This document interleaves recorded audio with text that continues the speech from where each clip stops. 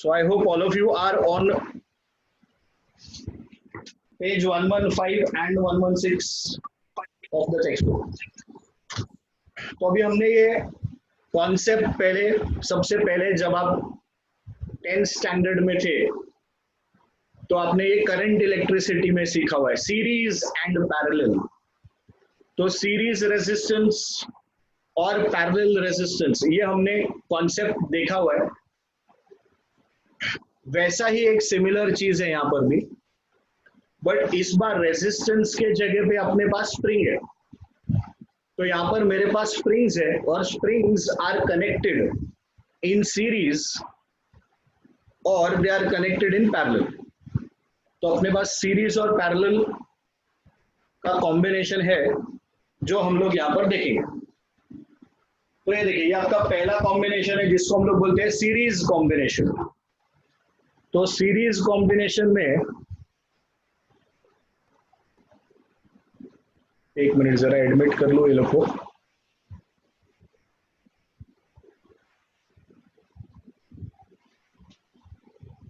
तो ये जो हमारा कॉम्बिनेशन है सीरीज, सीरीज में नॉर्मली क्या होता है, एक के पीछे एक कंटिन्यूएशन में कनेक्शन होता है। तो यहाँ पर भी आपका जो कनेक्शन है वो कंटिन्यूएशन में। तो स्प्रिंग, दूसरा स्प्रिंग, ये पहला स्प्रिंग, ये दूसरा स्प्रिंग, और उसके एंड में अपने पास इधर लोड अटैच। तो हम लोग ने दोनों पॉसिबिलिटीज, डायग्राम का जो दो पॉसिबिलिटीज है वो दोनों हमने बना दिया है। ये आपका वर्टिकल मूवमेंट के लिए हो गया, ये हॉरिजॉन्टल मूवमेंट के लिए। तो बेटा इधर क्या हो रहा है, इधर आपका स्प्रिंग्स कनेक्ट हो रहा है सीरीज में, वर्टिकल, ये इधर हॉरिजॉन्टल। अब क्योंकि मेरे पास दो स्प्रिंग्स है तो हमने उसको अलग अलग स्प्रिंग कांस्टेंट का वैल्यूज दिया है। एक का वैल्यू K1, दूसरे का वैल्यू K2, इधर K1 दूसरे का K2। सिमिलर स्प्रिंग्स रहेगा तो हम लोग बोल सकते हैं सबका वैल्यू K है, तो कैलकुलेशन और इजी हो जाएगा। बट यहां पर हमने सेपरेटली रखा है K1 K2, ऐसा हमने सेपरेटली दो स्प्रिंग्स रखा है। अब इसके बाद में जो हमारे पास सेकेंड कॉम्बिनेशन है वो है पैरेलल कॉम्बिनेशन। तो देखिए पैरेलल का, इसका तो हमको आदत है, ये पैरेलल हमको तुरंत समझ में आता है, बट ये भी एक तरह का पैरेलल कॉम्बिनेशन है, इसका हमको आदत नहीं है। ये ऐसा भी हो सकता है और ये ऐसा हॉरिजॉन्टली भी प्लेस किया जा सकता है।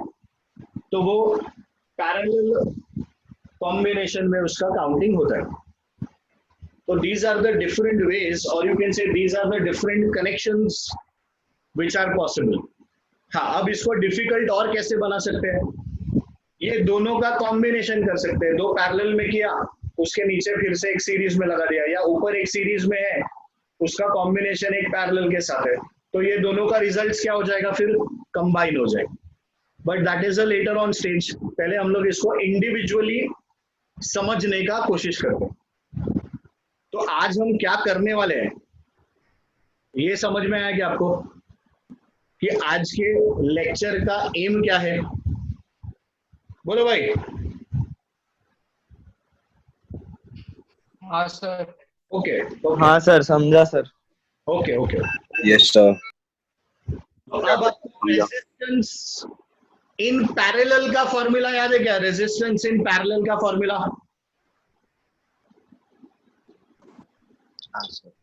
पैरेलल में जब भी रेजिस्टेंस रहता है तो हम लिखते हैं 1/RP is equal to 1/R1 1/R1 plus 1/R2। Correct, and so on. उसी तरीके से यहां पर स्प्रिंग्स इन सीरीज जो है उसका आंसर रेजिस्टेंस इन पैरेलल। ये हम टेक्निक याद रख रहे हैं to remember the formula. Derivation 2 minute में कर देंगे, बट फॉर्मूला क्या रहने वाला है, फॉर्मूला अपने को पहले से ही आता है। जो रेजिस्टेंस इन पैरेलल था वो मेरा स्प्रिंग इन सीरीज हो गया, और जो रेजिस्टेंस इन सीरीज था वो मेरा स्प्रिंग्स इन पैरेलल हो गया। Now just have a look at the two diagrams. ये दोनों डायग्राम देखिए, इसमें क्या अपने को ऑब्जर्व करना चाहिए? अगर आप ऑब्जर्व करोगे तो जो लोड एक्ट हो रहा है वो दोनों स्प्रिंग के ऊपर सेम लोड एक्ट हो रहा है।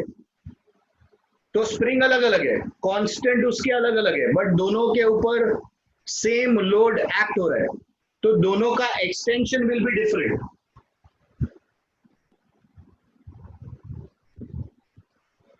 तो पहला स्प्रिंग इसका एक्सटेंशन x1, दूसरा स्प्रिंग इसका एक्सटेंशन x2। तो जो हम टोटल एक्सटेंशन निकालेंगे यहां पे, so the net extension here x, it will be x1 plus x2. Now what do we know? We know that F is equal to kx.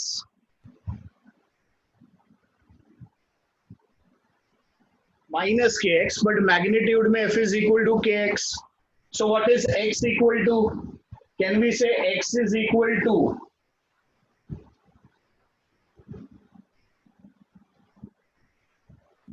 F upon k? तो यहां पर substitute कर दीजिए x के जगह पे। तो x के जगह पे I have f upon k। ये मेरा सीरीज का केस है, इसके लिए केस।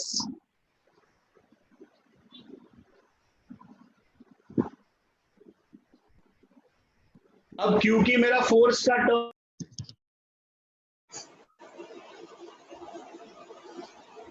सर आपका ऑडियो नहीं आ रहा। आएगा, अभी मैं बोल ही नहीं रहा था कुछ यार, अभी आएगा। अच्छा हाँ अभी आ रहा है, अभी आ रहा है। तो यहाँ पर मेरे पास f जो है, f सेम है, क्योंकि f सेम है तो हम लोग f को कट कर सकते हैं। f को कट कर देंगे तो आपको फॉर्मूला मिलेगा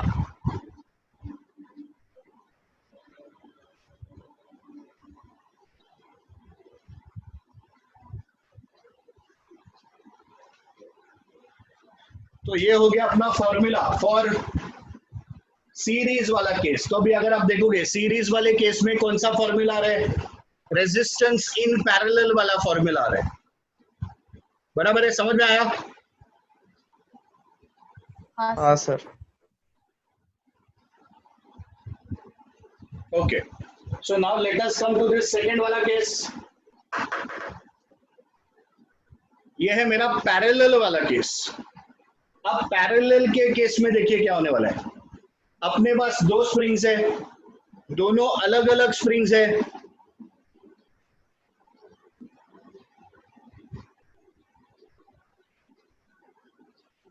कुछ बच्चे लोग कनेक्ट नहीं हो पाए, शायद आज नेटवर्क का गड़बड़ होगा फिर लगता है। सो K1 K2 दो अपने पास अलग अलग स्प्रिंग्स है। अब क्योंकि अपने पास दो अलग अलग स्प्रिंग्स है तो इसका मतलब अभी यहां पर अपन ने क्या बोला था, एक्सटेंशन अलग होगा, करेक्ट। पर यहां पर दोनों को मैं सेम फोर्स से खींचूंगा and they are balanced over here. उन दोनों का जो एंड्स है वो टाइड है, तो एक का अलग ऐसा नहीं होगा। ये यूनिफॉर्मली नीचे मूव होगा। क्योंकि ये यूनिफॉर्मली नीचे मूव होगा मतलब दोनों का एक्सटेंशन क्या रहने वाला इस बार? सेम रहेगा। दोनों के ऊपर जो फोर्स एक्टिंग है दैट विल बी डिफरेंट। अब ये अपने को समझ में नहीं आता है कि अरे सर क्या बात कर रहे हो यार, एक ही मास आपने अटैच किया है और आप बोल रहे हो force acting is different. Force acting is different because वो स्प्रिंग का जो टाइप है, स्प्रिंग का जो नेचर है वो अलग अलग है। तो कोई लूज स्प्रिंग है तो उसके ऊपर ज्यादा फोर्स इफेक्टिव होगा, कोई जो आपका टाइट स्प्रिंग रहेगा उसका मूवमेंट अलग है तो उधर फोर्स अलग होगा। तो यहाँ पर स्प्रिंग्स के ऊपर फोर्स अलग होगा but extension of the springs will be the same. Second case देखो, ये आपका मास है, जितना आप इसको नीचे दबाओगे तो जितना ये नीचे जा रहा है उतना ही ये ऊपर से नीचे आएगा, तो extensions will remain the same. या जिसको इसको अगर आप ऊपर पुश करोगे तो जितना आपने x ऊपर की तरफ किया उतना ये भी ऊपर की तरफ जाएगा। सो दोनों केसेस में x का value will come out to be the same. So what is differing? It is the force which will be differing. तो यहां पर देखिए इस केस में क्या होने वाला है। We know that F is equal to kx। or the total force is being distributed between the two springs, तो F is equal to F1 plus F2. F1 जो भी पहले स्प्रिंग के ऊपर फोर्स गया, F2 जो भी दूसरे स्प्रिंग के ऊपर फोर्स गया. But what is F? F is equal to Kx.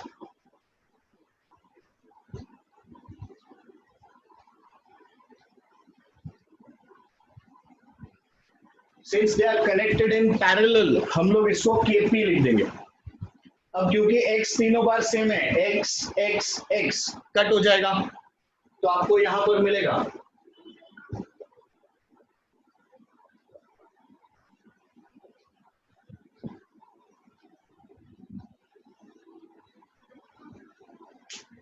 Kp is equal to K1 plus K2. So this is the derivation for springs in parallel. अब अगर 3 रहेगा तो क्या होगा, K1 plus K2 plus K3. इधर 3 रहेगा तो 1 upon K1 plus 1 upon K2 plus 1 upon K3. If the springs are of the same nature, or they use the word they are identical in all respects, तो वो question में क्या करेगा, आपको बोलेगा जो स्प्रिंग है आपके पास they are identical in all respects, तो 1 upon K plus 1 upon K plus 1 upon K, ऐसा सपोजिंग उसने बोला आपके पास में n नंबर है, तो ये ऐड हो जाएगा, तो it will be n upon K. उल्टा घुमाओगे, उल्टा क्यों घुमाओगे, क्योंकि अपने को चाहिए Ks, तो Ks will be how much, Ks will be K upon n. ये सब वहां पे दिया है, I am just repeating the things. अब इधर देखिए K plus K plus K plus K plus, ऐसा अगर आपके पास n स्प्रिंग्स होगा या जो भी Z स्प्रिंग्स होगा, तो आपका आंसर कितना हो जाएगा, Kp is equal to Zk. So whatever is the number of, हाँ हाँ हाँ, कुछ डाउट है? अच्छा सर. हाँ बोलिए. सर एक डाउट है, उसमें एक ये दिया ना, for only 2 massless springs of spring constant K, Ks is equal to K1 into K2 upon K1 plus K2. अच्छा वो देख, कौन सा फॉर्मूला है?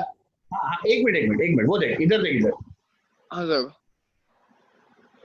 इसका एलसीएम ले ले, इसको अगर सिंप्लीफाई करोगे हाँ, तो कैसा आएगा, K2 plus K1 K1 K2 K2, हाँ बराबर, K2 into K1. ऊपर उसको भी उल्टा करेंगे. अच्छा हाँ, समझा आपको? हाँ सर. वो इसी का हाँ हाँ, है वो. अच्छा okay okay. See this is the basic formula. अब वो 2 था, इसके लिए हम लोग ऐसा लिखे, 3 होएगा तो फिर ऐसा कोई मेरे पास डायरेक्ट फॉर्मूला नहीं है, ओके है ना. तो ये अगर ध्यान में रहेगा, हाँ, तो I can find out for any number of springs. Okay sir, हाँ हाँ बराबर. तो ये इसको आप मेन फॉर्मूला रखो. वो 2 पूछा तो हाँ. आप डायरेक्टली कर सकते हो, इनफैक्ट आप इसको भी सॉल्व कर सकते हो. ये हाँ 2 के लिए कर लिया, अब 3 4 5 जो भी देगा उसके लिए आप उसको जनरलाइज कर सकते हो. हाँ, okay sir, thank you sir. ठीक है. अच्छा, अब ये तो हो गया एक पार्ट. नाउ ऑफिशियली टेक्निकली अब आपका पूरा चैप्टर खत्म हो चुका है.